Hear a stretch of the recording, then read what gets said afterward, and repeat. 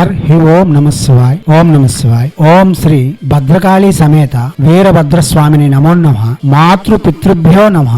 ఆచార్య అతిథిభ్యో నమః. శ్రీమాత లలితా త్రిపుర సుందరయే నమో నమః.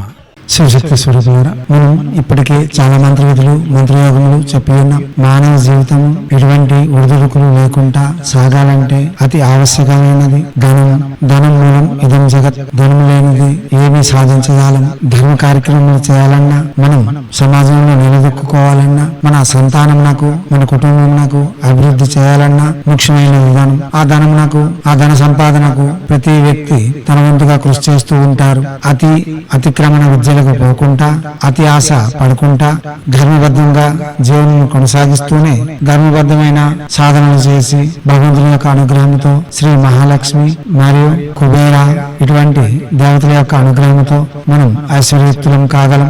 ఏ దేవతను మనం ఆరాధన చేసినా మనకు శ్రేయస్సులను కలిగించాలంటే మనకు ఐశ్వర్యం ప్రసాదిస్తారు. దానిలోనూ ముఖ్యంగా మనకు ముందుగా గుర్తుకు వచ్చేది మహాలక్ష్మి. ఆ మహాలక్ష్మి యొక్క సిద్ధి సాధన మంత్రం అతి నిగూఢ రహస్యమైనది. ఈ మంత్రం మీకు అందిస్తూ ఉన్నాం. ఈ మంత్రం గురు సమక్షంలో తీసుకుని చేస్తే చాలా మంచిది, లేదా ప్రత్యక్షంగానే జపం చేసుకోవచ్చు. శ్రీ లక్ష్మీ నారాయణను పూజిస్తూ ఆరాధన చేస్తూ యథాశక్తి తొలి సంధ్య మరి సంధ్య కులదేవతారాధన ఇష్టదేవతారాధన పూర్తి చేసుకుని లక్ష్మీదేవికి పీఠం అమర్చి ఎర్రని వస్త్రము పరచి యథాశక్తి కుంకుమతో గాని ఎర్రని పూలతో గాని పూజిస్తూ సుగంధ ద్రవ్యములతో పూజిస్తూ ఆరాధన చేస్తూ అలంకారయుతంగా మనం ఉంటూ పూజించవలసి ఉంటుంది. మద్యపానము, మాంసభక్షణ, పరస్త్రీ వ్యామోహము, ధూమ్రపానము నిషేధము హైందవ సనాతన ధర్మంలో వస్తున్న ఆచారాలన్నీ ఆచరిస్తూనే చేయవలసి ఉంటుంది. ఈ మంత్ర జపం చేయాలనుకున్న స్త్రీమూర్తులు పురుషుని యందు ధ్యాస కూడా ఉంచుకోకుండా చేయవలసి ఉంటుంది. పరస్త్రీ వ్యామోహము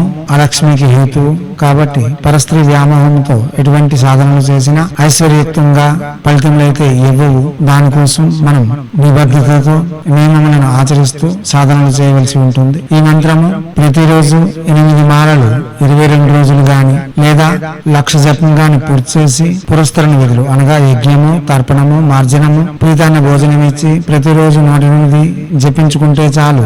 ఎటువంటి కర్మలైనా తొలగి ఐశ్వర్యయుక్తమైన జీవితం కొనసాగించేందుకు శ్రీ మహాలక్ష్మి అనుగ్రహించగలదు. అందులోనూ ఇది శాబరి మంత్రము, ప్రత్యక్ష నిదర్శన మంత్రం. ముందుగా శ్రీ మహాలక్ష్మి యొక్క ధ్యానం ఏదైనా చెప్పుకోండి.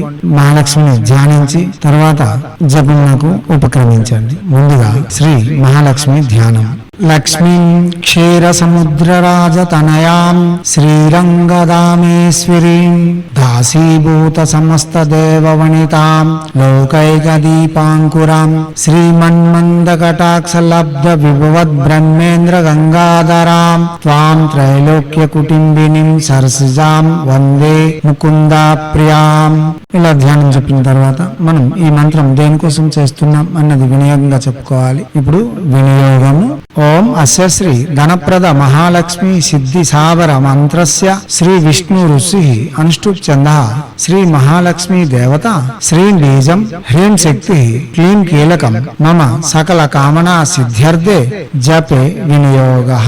ఇలా వినియోగం చెప్పుకున్న తర్వాత మనం ఋష్యాన్యాసం చెప్పుకోవాల్సిన వారు ఋష్యాన్యాసం చెప్పుకోవచ్చు. విష్ణు ఋషి అనుష్ఠుప్ ఛంద శ్రీం బీజం హ్రీం శక్తి క్లీం కీలకం సర్వాంగే వ్యాపకం కుర్యాత్ అని చెప్పుకోవచ్చు. అదే ప్రకారంగా అంగన్యాస హృదన్యాసం చెప్పుకోవాలనుకునే వాళ్ళు శ్రీం హ్రీం క్లీం అంగుష్టాభ్యాం నమః హృదయాయ నమః ఆ ప్రకారంగా శ్రీం హ్రీం క్లీం చెప్పి సగన్యాసములు చేసుకోవచ్చు. ఇక మంత్రం చెప్పుకుందాం. ఎర్రని వస్త్రములు, పుష్కర, వైజయంతి, రక్తచందన మాల శ్రేయోదాయకము, స్ఫటికమాల కూడా పనికొస్తుంది. ఉత్తర తూర్పు అభిముఖంగా జపం చేయవలసి ఉంటుంది. ఇప్పుడు శ్రీ ధనప్రద సిద్ధి సావర మహాలక్ష్మి మహామంత్రం. మంత్రము ఓం శ్రీం హ్రీం క్లీం త్రిభువన పాలిన్యై మహాలక్ష్మి అస్మాకం దారిద్ర్యం నాశయ నాశయ ప్రచురం ధనం మే దేహి దేహి క్లీం హ్రీం శ్రీం ఓం.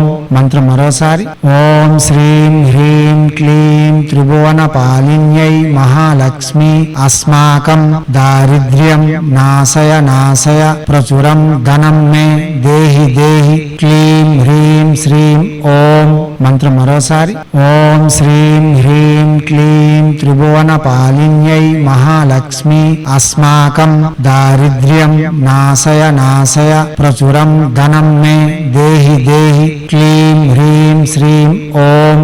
దివ్యత్మ స్వరూపులారా, ఏ మంత్రమైనా వాచక జపమే చేయాలి. తొలి సంధ్య మరుసంధ్య కులదేవత ఆరాధన, ఇష్టదేవత ఆరాధన పూర్తి చేసుకుని తర్వాత ప్రత్యక్షంగానే జపం చేసుకోవాల్సి ఉంటుంది. శుచి శుభ్రతలు పాటించవలసి ఉంటుంది. మద్యపానము, మాంసభక్షణ, పరస్త్రీ వ్యామోహము, ధూమ్రపానము నిషేధం. జపం చేసిన అన్నాలు మనం దీక్ష కంకణబద్ధులుగా చేయగలగడం విశేషమైన ఫలితములు ఇవ్వగలదు. గురు సమ్ముఖంగా ఈ మంత్రమును గ్రహించి చేయడం వలన ఇంకా విశేషమైన ఫలితములు ఇవ్వగలదు. దిగ్బంధనాది విధులు నేర్చుకొని గురువు వద్ద నుండి యంత్రములు తెచ్చుకొని చేయడం వలన ఇంకా విశేషమైన ఫలితములు ఇవ్వగలదు. మీరు ముందు ప్రయత్నపూర్వకంగా చేయండి. ఒకవేళ కానప్పుడు మమ్మల్ని సంప్రదించండి, లేక గురువులను సంప్రదించండి. యజ్ఞ యాగాదులు యంత్ర విధులతో చేయగలిగితే ఎటువంటిదైనా సరే అతి శీఘ్రంగా పొందవచ్చు. అదే ప్రకారంగా కింద డిస్క్రిప్షన్ లో లింక్ ఉంది, ఓపెన్ చేసి మీ అనుకూలత కొలది మంత్ర జపములు చేయండి. మీరు ప్రసంగములను విని ప్రత్యక్షంగా మంత్ర జపం చేయండి, లేదా మా వద్దకు వచ్చి యజ్ఞాది విధులు గావించి యంత్రములు తీసుకుని వెళ్లి చేయండి, లేదా మీరు యజ్ఞము యంత్రము మా చేత చేయించుకొని చేయండి, లేదా గురువులను సమీక్షించి చేయండి, లేదా